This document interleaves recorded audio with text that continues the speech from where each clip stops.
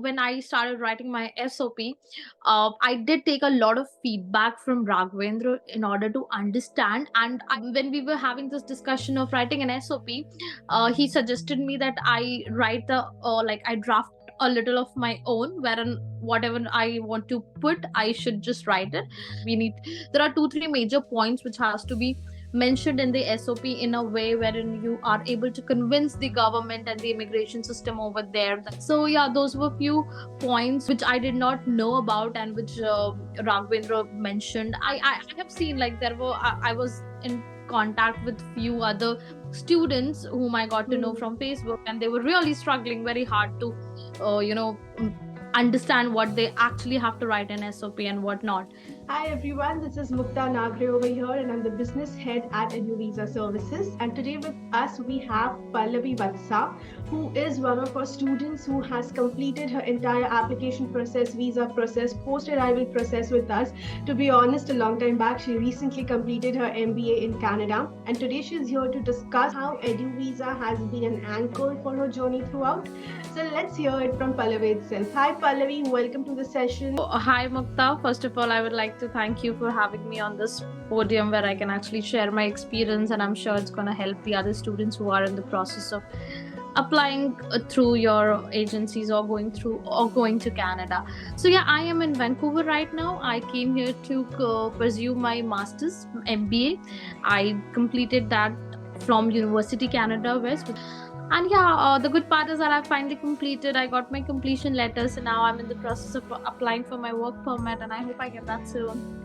That's amazing. And we have come across a lot of news articles where people actually trust other agents to file their applications, and they pay like this very huge amount for visa, and they do not get that dedicated help, especially the SOP and all. The students are just left to it that you write your own SOP and you start with the visa application for Canada. And as we know, SOP is one of the major document over there, right? So and most important.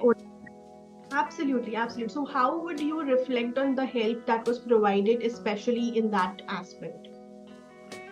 Oh yeah, so I when I started writing my SOP, I did take a lot of feedback from Raghavendra in order to understand, and I really like the approach, the entire process, because it's not always good to spoon feed people. So when we were having this discussion of writing an SOP, he suggested me that I write I draft a little of my own, wherein whatever I want to put, I should just write it, and then he would help me correct it, and we actually had 2-3 different sittings over calls wherein we were correcting our SOPs, and we were trying to make it look as if it needs to be one of the best SOPs. There are 2-3 major points which has to be mentioned in the SOP in a way wherein you are able to convince the government and the immigration system over there that you would study and then you would come back to your home country. Ideally, I mean, on papers it's like that.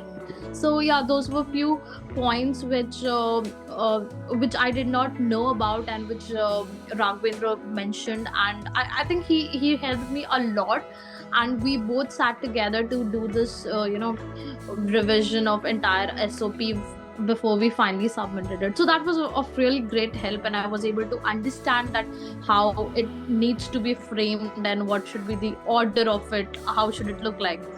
So yeah, that was a great help, because I have seen like I was in contact with few other students whom I got to know from Facebook, and they were really struggling very hard to understand what they actually have to write in SOP and what not. So yeah, in terms of that, I would say that it was indeed a great help.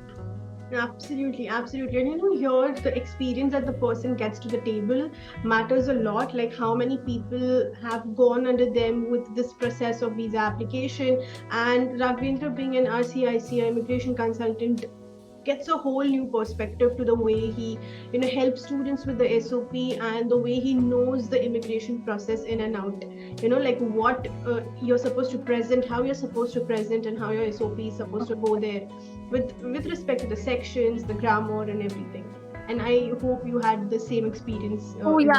Yes. So we touched base on every single detail. I mean, it wasn't like only just a brief or okay just overlooking. We literally figured out and had a very detailed session to understand that what can be put and what not, like how you mentioned the grammar Right. part, what has to be present, what has to be taken out. There's a certain way of presenting the statements. I mean, it has to be in a proper flow. That's how it looks good, and that's how it looks convincing. So I think he really helped me on that part to make the SOP look real, real and convincing at the moment. Right. That is wonderful, wonderful. So I hope all of this information that you have shared is going to be absolutely eye-opening for all the students out there who are trying to figure out their way with abroad education, with Canada, with universities. And once again, thank you so much, Pallavi, for being here. And I wish you all the best for your future and your career ahead. I would always recommend Raghavendra and Edu Visa, so for sure. Thank you so much, Pallavi. Thank you for that. Thanks, Mukta. Thanks. You have a great day ahead. You too.